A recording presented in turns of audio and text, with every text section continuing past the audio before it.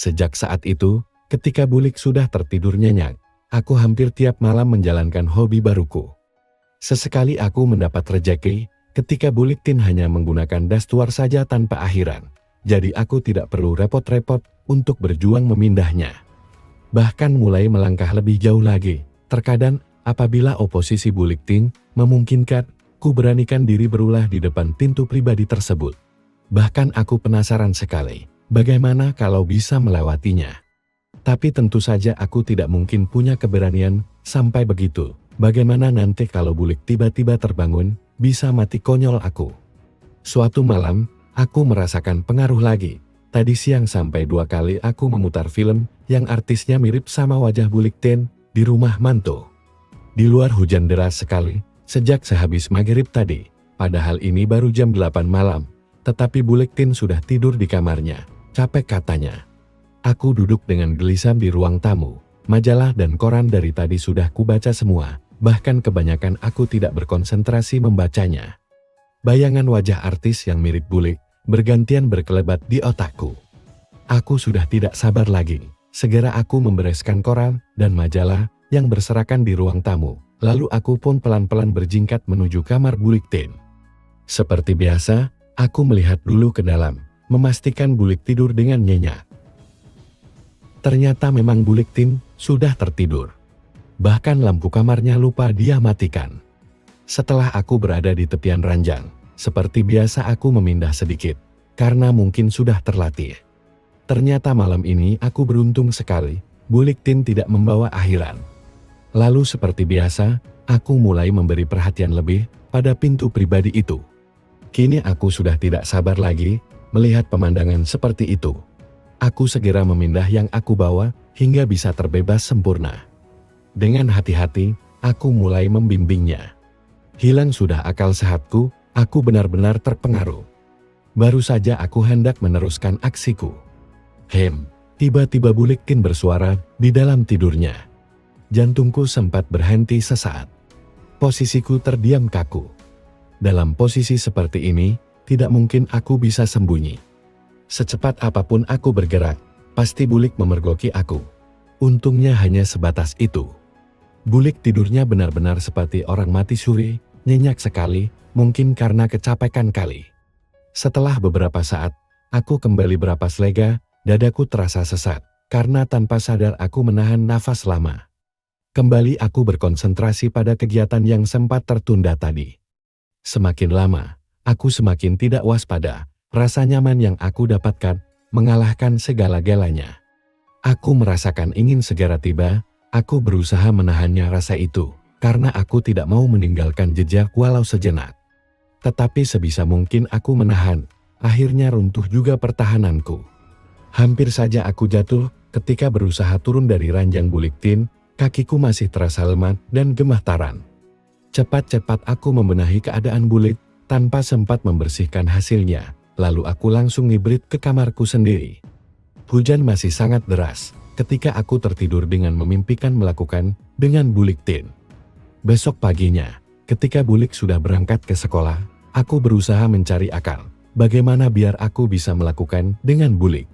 Pengalaman pertama, walaupun tidak bisa disebut melakukan, tetapi sangat membuatku kepingin mencoba lebih jauh lagi. Sampai Bulik Tin pulang, aku masih belum bisa menemukan caranya.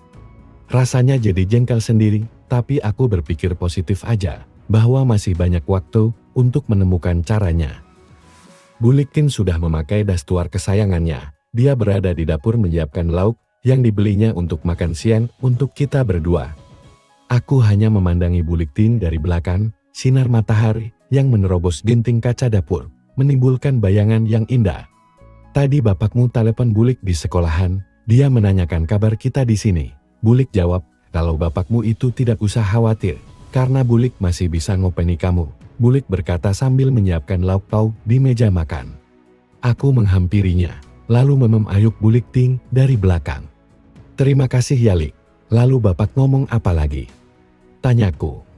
Cuma berpesan, kalau kamu harus segera cari gawe, biar ndak nomblong terus dek rumah. Jawab Bulik Tin sambil memiringkan kepalanya menghadap ke belakang. Ndak ngomong pulangnya kapan Lik? Tanyaku lagi. Lah ya ndak perlu top. Wong bapakmu itu kontraknya masih 3 tahun lagi loh, napa? Emang kangen sama bapak ya? Tanya Bulik sambil tersenyum kecil. Dia mengambil gelas dan ceret di meja. Kedua tanganku sudah berada di tempat yang aman dan nyaman. Iya sih Li, walaupun gitu, Totok masih senang di sini sama Bulik, ucapku. Oh iya, bapakmu juga ngomong, kalau minggu depan sudah bisa ngirim uang, pesen sama Bulik, kalau uang ndak boleh dibuat jajan sama kamu, ucap Bulik tinta-kikikan, menggodaku. Ya, kok gitu? Lagian aku apa ya pernah macem-macem kalau Bulik kasih uang? Jajan aja juga jarang kan? Sahutku pura-pura cemberut. Iya, kamu emang ndak pernah jajan dan neko-neko. Bulik percaya kok, ucap Bulik Tin, yang mungkin menyadari keganjilan peruyuyukanku, sehingga dengan halus dia melepaskan diri, dan mulai duduk di kursi makan.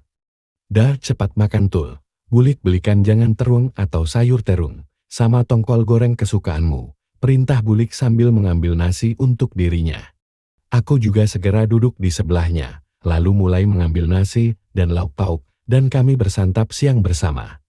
Malam harinya hujan turun deras sekali, padahal ini malam minggu, hawanya pun dingin menggigil. Sesudah makan, Bulik Tin sekarang lagi asik-asiknya setengah tiduran atau punggungnya bersandar di bantal yang disendirkan ke tembok. Di matras sambil nonton sinetron di TV, aku juga ikutan tiduran di sebelahnya, pura-pura ikut nonton sinetron. Padahal nggak medeng sama sekali, karena memang dari dulu aku tidak suka sama sekali yang namanya sinetron. Tujuan utamaku hanyalah ingin sedekat mungkin dengan Bulik yang wangi itu. Kadang-kadang jika TV lagi menayangkan iklan, Bulik bercerita tentang kegiatannya di sekolah tempat ia mengajar, tentang murid-muridnya, pokoknya macam-macam deh. Tapi kalau sinetronnya sudah mulai lagi, maka dapat dipastikan Bulik Tin bakalan terpaku dan begitu menghayati isi ceritanya. Tadi ada salah satu rekan guru Bulik bercerita, kejadian yang lucu, ucap Bulik mulai bercerita ketika jeda iklan. Aku sengaja makin mendekat dan setengah memegul wayuk Bulik Tin. Nah, dia itu punya tetangga juragan sapi di desanya. Suatu hari ada bully ke rumahnya dia, ternyata tanpa sengaja tahu, kalau di pojok halaman belakangnya dia tumbuh tanaman hias. Itu loh, apa namanya, ucap Bulik mengerutkan kening tanda berusaha mengingat-ingat. Aku makin mendekat dengan lagak serius, mendengar ceritanya. Oh ya jemani, atau jemani gitu loh, pokoknya tanaman hias yang lagi ngetren sekarang itu loh. Akhirnya Bulik bisa juga mengingatnya. Nah ceritanya, si Bully ini menawarkan harga sekitar 300 jutaan buat tanaman itu. Ternyata secara tidak sengaja tanaman hias tadi tumbuh dengan indahnya dan dengan bentuk daun yang sempurna. Makanya si Bully berani beli dengan harga segitu. Secara alamiah tangan Bulik Tin merangkulku dan menghelai lengan kananku. Si juragan sapi ini girang, tetapi dia masih belum mau melepaskan tanaman itu. Dia sengaja minta waktu untuk berpikir lagi, dan si Bully pun juga setuju. Bulik Tin meneruskan ceritanya sambil sesekali demikian rambutku yang tebal. Mungkin suka bau sampo yang aku buat keramas tadi sore. Sebetulnya itu biasa saja, karena Bulik dari dulu memang begitu. Tetapi aku semakin hanyut, dan jantungku makin berdegup kencang. Aku teringat lagi pemain film yang wajahnya mirip sama Bulik Tin. Setelah banyak bertanya dan mendapatkan informasi, maka tahulah nilai tanaman si juragan sapi ini ternyata harganya bisa mencapai 400 juta. Lalu juragan sapi ini menghubungi segera kenalannya Bully tadi. Ganti Bully itu yang minta waktu, berpikir kira-kira 2 harian. Gak biasanya Bulik terus bercerita, padahal jeda iklan sudah selesai dan sinetron sudah mulai lagi. Aku menurunkan kepalaku sedikit. Tahu gak Tok, si Bully sudah sepakat setuju membayar dengan harga segitu. Malam hari sebelum besoknya si Bull bakal melakukan transaksi. Ternyata beberapa sapi di kandang si juragan itu ternyata lepas. Pagi harinya si juragan sapi baru tahu kalau sapi-sapinya itu telah makan daun tanaman hiasnya hingga habis. Ucap Bulik Tin berhenti sebentar sambil terkikit. Aku juga mau tidak mau tertawa kecil. Bayangkan, 400 juta habis dalam semalam karena dimakan sapi. Ucap Bulik Tin kini tertawa lepas. Lah terus juragan sapi sama bulunya gimana dong Lik? Tanyaku, aku menoleh ke atas, memandang wajah Bulik. Nah itu dia Tok, si juragan sapi ini akhirnya jadi stres dan gila. Sapi-sapinya bahkan didemikian dengan cangkul. Bulik berkata sambil bergedik ngeri. Benar-benar lucu, sekaligus kasihan ya, kataku lagi. Bulik memberi hadiah di kuningku dengan sayang. Makanya Todd, uang bisa bikin kita terlena, bahkan sampai bisa gila gitu juga, karena uang, ucap Bulik Tin melanjutkan sambil menarik nafas panjang. Kini perhatiannya tercurak lagi pada layar televisi. Perhatianku kembali teralih pada Bulik. Tanganku berhati-hati menuju ke pintu pribadinya. Bulik Tin menggeser oposisinya agak menyamping, mungkin karena agak pegal. Tapi ini semakin menggembirakan diriku, karena kini oposisi Bulik Tin agak menyamping, berhadapan denganku. Walaupun kini kepalaku menyandar di bantal, tetapi tepat di hadapanku adalah perhiasan permata Bulik Tin. Hampir saja aku terlena untuk melakukan sesuatu. Untung saja aku dapat menahan diri untuk tidak mencobanya. Dengan sengaja aku menguap tanda mengantuk, supaya nanti Bulik mengira kalau aku memang tertidur. Walaupun tidak direncanakan, karena gerakan tadi ternyata dastuar Bulik Tin yang sebelah kanan agak terpindah. Dalam hati, aku benar-benar senang sekali. Sengaja aku mengeluarkan dengkur halus, supaya Bulik benar-benar mengira aku sudah tertidur. Sejenak aku merasakan degup jantungku semakin berdebar kencang. Kurasakan gerakan pelan Bulik yang menarik nafas. Sinetron di TV terus berlanjut. Sampai di sini aku terdiam, bingung untuk melakukan langkah selanjutnya. Bukan tidak mungkin lama-kelamaan Bulik curiga dengan semua tingkahku. Lama aku dalam keadaan seperti ini, hingga akhirnya akal sehatku sudah kalah oleh keinginanku. Dengan hati-hati, aku mulai melakukan sesuatu. Benar saja, kelihatannya Bulik agak kaget, sehingga agak menggeser. Aku diam, sambil menutup mata berpura-pura tertidur. Tidak ada reaksi selanjutnya dari Bulik Tin. Aku menebak-nebak, mungkin dia kembali mengikuti sinetron yang ada di TV.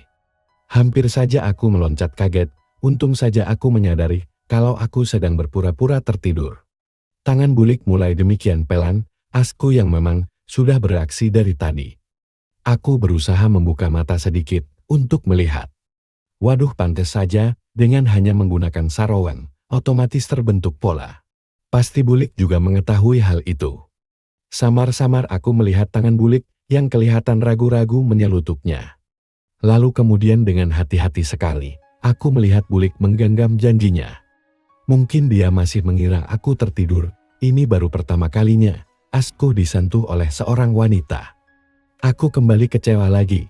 Ternyata hanya sekejap saja Bulik melakukannya. Tetapi aku tahu lewat nafas dan gerakannya kalau Bulik sebenarnya ingin melakukan lebih jauh. Sinetron di TV masih memainkan perannya, demikian juga aku. Tok-tok. Ku dengar suara Bulik pelan memanggil namaku. Aku diam saja, biar dia mengira kalau aku memang benar-benar sudah tertidur. Tak lama kemudian, kembali Bulik Tin memanggil namaku. Tok-tok. Ucapnya sambil menyentuh pelan lenganku. Wes turu tenan koyok ku dengar Bulik bergumam sendiri. Tak lama kemudian, Bulik menggeserkan badannya. Kini dia dalam oposisi duduk. Dari tempatku aku hanya bisa melihat panggungnya. Agak gelisah kelihatannya. Walaupun mataku setengah tertutup, samar-samar aku masih bisa melihat seluruh gerakannya. Dia melihatku sebentar, mungkin untuk memastikan kalau aku memang benar-benar sudah tertidur. Oposisiku kini tergantung, sehingga pola itu terlihat jelas oleh Bulik Tin. Tangannya perlahan-lahan mendekat. Ada keraguan-raguan sebentar di sana. Bulik kembali menoleh ke arahku, lalu perlahan dia memindahnya. Bulik Tin terlihat agak kaget dengan asku tersebut. Dia moleh lagi ke arahku. Setelah dirasanya aman, aku melihat Bulik Tin dengan ragu-ragu memandangi seluruhnya. Tanpa disangka-sangka, dia pun mulai meraihnya. Tak dapat dilukiskan bagaimana perasaanku ketika Bulik melakukannya. Sungguh mate, apabila tidak dalam keadaan berpura-pura begini, aku sudah bersuara. Tanpa sadar aku bergerak mengikuti irama. Agak lama Bulik akhirnya sadar kalau gerakanku tidak wajar. Secepat kilat dia berhenti dan membenahi kembali. Lalu dia mengalihkan perhatiannya di sinetron TV lagi. Bulik kembali merebahkan diri di sampingku. Aku merasakan nafas Bulik Tin yang tidak teratur. Aku kembali berpura-pura menggeliat dan kembali memeluk ayok Bulik Tin. Kini Buliktin sengaja memiringkan dirinya, berhadapan denganku, seperti posisi pertama tadi. Tok tok. Kembali Bulik memanggil namaku, suaranya terdengar agak serak. Aku diam saja, kini aku sudah berani lebih jauh. Kini aku sudah tidak bisa berpura-pura lagi, situasi semacam ini membuat keinginanku makin tinggi. Entah apa yang sudah merasuki pikiran Buliktin, dengan berani dia memindah yang aku bawa, sehingga dia leluasa untuk meraih Asgun secara langsung. Aku semakin berani. Sinetron di TV sudah tidak menarik lagi. Bulik tanpa sadar mengeluh pelan. Dia mungkin juga sudah menyadari kalau aku tidak tertidur lagi. Tetapi Buliktin juga diam saja, seakan-akan menyetujui semua perlakuanku. Kini mataku sudah terbuka seutuhnya, gerakan tanganku sudah tidak pura-pura lagi. Buliktin sudah sepenuhnya mengambil tempat di atas matras, sedangkan aku berusaha mengikutinya. Mata Buliktin tertutup. Baru saja ingin melangkah lebih jauh lagi, tiba-tiba Bulik berucap, "Toh, ojokle, taku Bulikmu." Bulik akhirnya menyadarinya. Dengan tergesa dia membenahinya. Belum sempat dia berbenah, aku melarangnya. "Bulik kenapa?" Totok sayang sama Bulik. Caracauku bingung mau ngomong apa. Bulik menggeleng lemah. "Ojokle, ini salah. Aku masih bulimu." Ucapnya dengan matanya sayu, entah menyesan atau masih dalam keadaan terpengaruh. "Memangnya kenapa, Lik? Bulik ndak sayang sama Totok ya?" Jawabku. "Bukan begitu, Tok. Bulik sayang banget sama kamu, tapi bukan begini caranya." Suaranya bergetar ketika menjawab. "Tapi Bulik juga inginkan?" Pertanyaanku masih bingung. "Aku sayang sama Bulik," ucapku lagi. "Sudah Tok, jangan," ucap Bulik. Kemudian dengan berani, aku mulai memberikan perhatian lebih pada ruang pribadinya itu.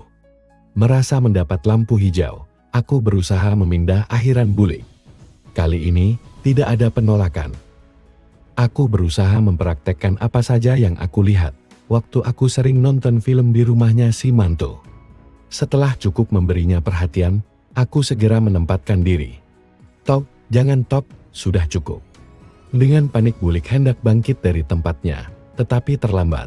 Aku sudah berhasil melewati pintu tersebut. Aku memandang Bulik dengan penuh rasa sayang. Mata kami bertatapan penuh arti, sinar hangat dari matanya yang sendu seakan berbicara, "Aku sayang kamu." Beberapa saat lamanya, tidak ada suara yang keluar. Aku memboyok Buliktin, sambil mencilili kukum dengan sayang. Buliktin hanya menutup matanya.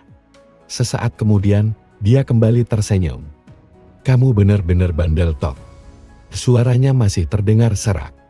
"Tapi Bulik suka kan?" Kataku membela diri. Buliktin hanya tersenyum, tanpa menjawab. "Aku sayang sama Bulik.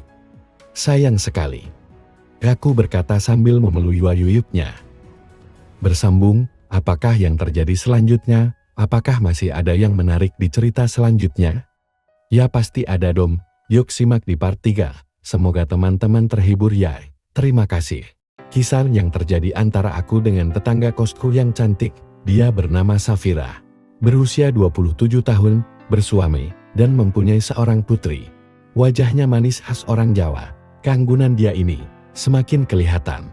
Dengan gaya berbusana yang selalu berbalut baju longgar dan berjilbab lebar. Tutur katanya halus lembut dan kalem, membuat lawan bicaranya betah berlama-lama ngobrol dengannya. Lambat laun karena kita sering ketemu dan ngobrol bersama, akhirnya tanpa dapat kami hindari, kami berdua pun menjadi sepasang kekasih yang tidak semestinya terjadi.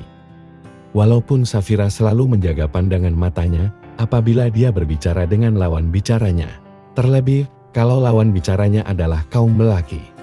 Dia ini baru ditempatkan bekerja di kota di mana aku tinggal, atau ngekos itu oleh perusahaan di mana dia bekerja. Sedangkan dia itu sebelumnya tinggal bersama orang tuanya di Jawa Barat. Sehingga putrinya yang lucu tersebut diasuh oleh neneknya selama dia kerja di luar kota itu. Sedangkan suaminya bekerja di kotanya sebagai seorang konsultan dan tinggal bersama putri dan mertuanya.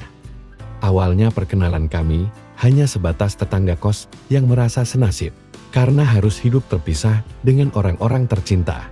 Dan aku tak berani macam-macam padanya, karena dari pakaian dan jilbab yang dia gunakan, menunjukkan bahwa Safira adalah seorang wanita solehah yang sangat menjaga kehormatannya itu. Sebenarnya aku juga dari Jawa Barat, dan keluargaku ada di Jawa Barat itu. Pada bulan pertama Safira bekerja, masih menggunakan angkutan umum, sehingga dia mempunyai beberapa kenalan yang bekerja di tempat lain, tapi masih satu jurusan. Sehingga Safira dan beberapa temannya ikut menumpang kepada salah seorang temannya, yang memiliki kendaraan pribadi dengan biaya bensin dibayar patungan. Pada suatu hari, Safira mengatakan bahwa suaminya ditugaskan keluar pulau, sehingga dimulailah hari-hari tanpa kehadiran suami di rumah. Ketika dia sedang pulang pada saat libur kerja, artinya dia semakin kesulitan untuk bisa bertemu dengan suaminya itu. Terkadang, ketika suaminya pulang, Safira tidak bisa pulang. Begitu juga sebaliknya. Tapi selama itu, belum terjadi apa-apa di antara kami berdua.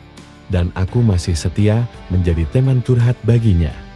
Bahkan isi obrolan kami berdua itu, semakin hari sudah semakin bertambah saling terbuka.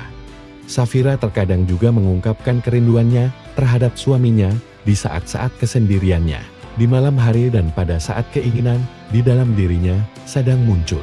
Tapi semua itu tetap Safira sampaikan dalam bahasa yang santun. Ketika kami sedang mengobrol itu, Safira bercerita bahwa teman-teman seperjalanannya sudah semakin berani berbicara, yang isinya nyerempet-nyerempet ke arah yang berhubungan dengan masalah suami istri. Misalnya menanyakan bagaimana caranya menyalurkan kebutuhannya yang satu itu pada saat suaminya tidak ada, dan kadang-kadang mereka juga suka cerita tentang ketidakbahagiaan mereka terhadap pasangan. Dan Safira meminta pendapatku, apa yang harus dilakukannya. Ku bilang padanya, nggak usah ditanggapi, atau alihkan saja topik pembicaraan itu. Nanti juga mereka akan mengerti bahwa kamu tidak terpancing oleh obrolan itu, dan selama masih bertingkah laku wajar, tidak perlu dihentikan, itulah saranku padanya. Dari kejadian itu, Safira yang sering tukar pendapat dengan aku dalam berbagai hal. Dan dia merasa cocok kalau mengobrol denganku. Akhirnya dia sering juga cerita hal-hal pribadi tentang rumah tangganya, yang seharusnya tidak boleh dia ceritakan ke orang lain. Dan aku pun melakukan hal yang sama. Sehingga akhirnya, kami menjadi semakin dekat, dan dalam diriku muncul kerinduan pada Safira, jika sehari saja tidak bertemu dengannya. Dan hal ini secara iseng pernah aku katakan padanya, dan dia pun menjawab bahwa dia pun merasakan hal yang sama. Sehingga dia berkata padaku, apakah yang dia rasakan ini salah? Aku pun berusaha meyakinkan padanya bahwa yang kami rasakan itu adalah sebuah perasaan persahabatan yang semakin akrab dan suatu hal yang wajar. Jika di antara sahabat yang akrab, muncul rasa rindu yang mendalam jika tidak bertemu. Dan Safira pun menyetujui perkataanku itu.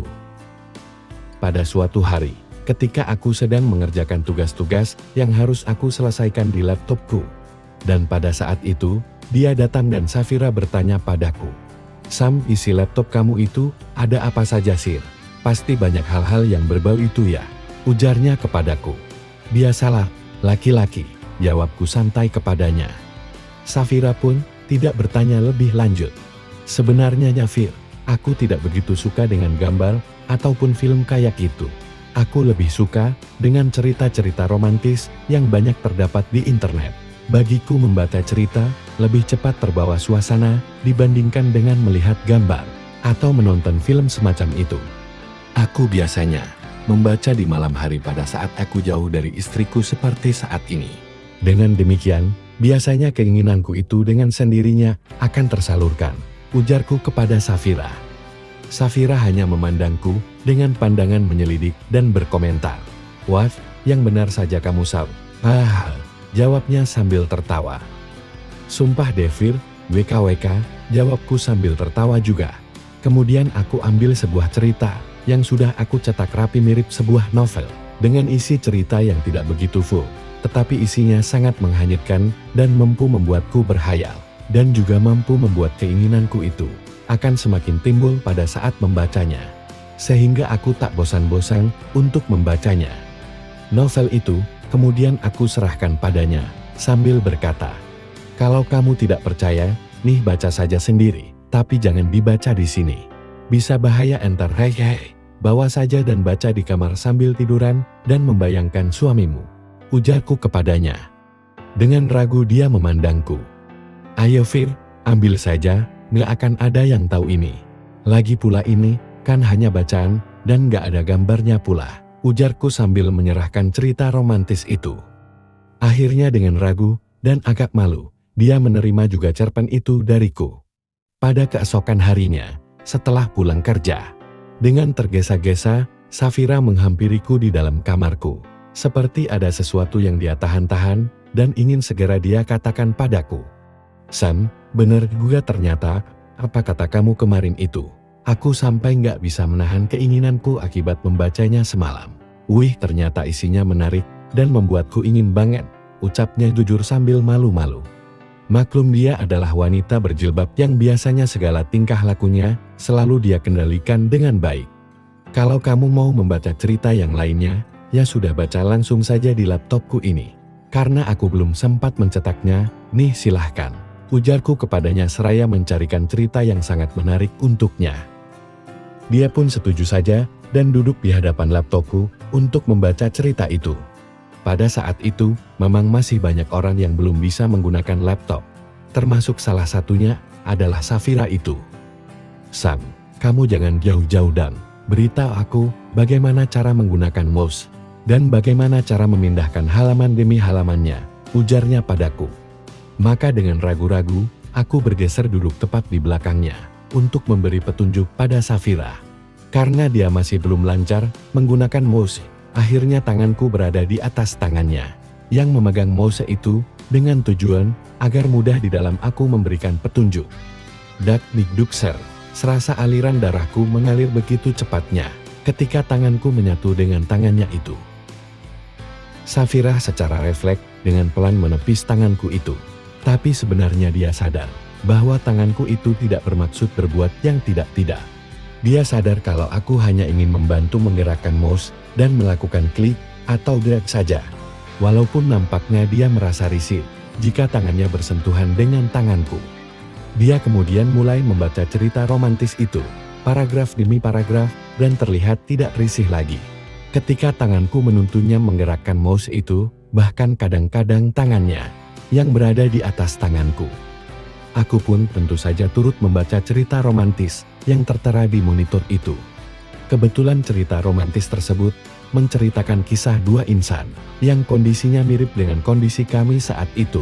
Sehingga nampaknya Safira sudah mulai terbawa oleh alur cerita yang dibacanya itu. Hal itu dapat aku rasakan dari penggangan tangannya ke tanganku. Yang aku rasa semakin lain, yaitu seperti mengalus. Kemudian aku dengar deru napasnya yang terasa berat, serta Safira sudah mulai berkeringat. Aku pun sebenarnya mengalami hal yang sama saat itu, akibat membaca cerita itu.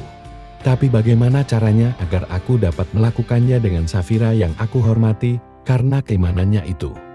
Sebenarnya sejak dia sering curhat padaku, di hatiku sudah timbul rasa suka dan sayang padanya. Bukan rasa sayang sebagaimana layaknya sahabat, tapi lebih dari itu, rasa sayang terhadap seorang kekasih. Sering aku membayangkan betapa bahagianya aku jika saja aku dapat melakukannya bersama dengannya. Tapi bayangan itu selalu aku tepis dan aku jawab, tidak mungkin seorang wanita cantik berjilbab mau melakukannya dengan selain suaminya. Tapi pada saat seperti ini, nampaknya keinginanku itu seperti diberikan jalan. Ketika seolah-olah tanpa sengaja TV-ku aku dekatkan ke TV-nya, seolah-olah ingin membaca tulisan yang terdapat di monitor itu. Safira hanya diam saja, bahkan ketika tangannya yang memegang mouse itu, aku beri gerakan yang punya tujuan lain pun. Terlihat Safira malahan memejamkan matanya seolah-olah menikmati, dan angannya seakan telah melayang akibat cerita yang sedang dibacanya dan dia bayangkan itu. Agil, tanpa sadar Safira bersuara kecil, disusul dengan tarikan nafasnya yang sudah tidak stabil. Aku melihat dia sudah mulai geluitisar, aku pun mulai berpikir. Ternyata yang Safira tadi katakan benar adanya, yaitu tentang hebatnya pengaruh dari akibat membaca cerita itu, sehingga membuat dia tidak bisa menguasai dirinya lagi. Aku yang pada saat itu juga sudah terpengaruh dari cerita dan dari dekatnya aku Dengan Safira saat itu pun, mulai memegang tangan kirinya dan Safira semakin memejamkan matanya. Dengan berdebar-debar dan perasaan takut, kalau dimarahi olehnya. Aku pun semakin memberanikan diri untuk memulainya dari belakang. Dan ternyata, dia tetap memejamkan matanya. Kesempatan bagus nih, batinku. Dengan semakin nekat, aku pun mulai mengarahkan wajahku ke hadapannya. Awalnya dia seperti yang kaget dengan kedekatanku itu, tetapi dia lagi-lagi tetap diam. Aku yang merasa mendapatkan lampu hijau itu pun semakin berani untuk melanjutkannya ke arah yang semakin menjanjikan itu dengan nafas yang tak karuan.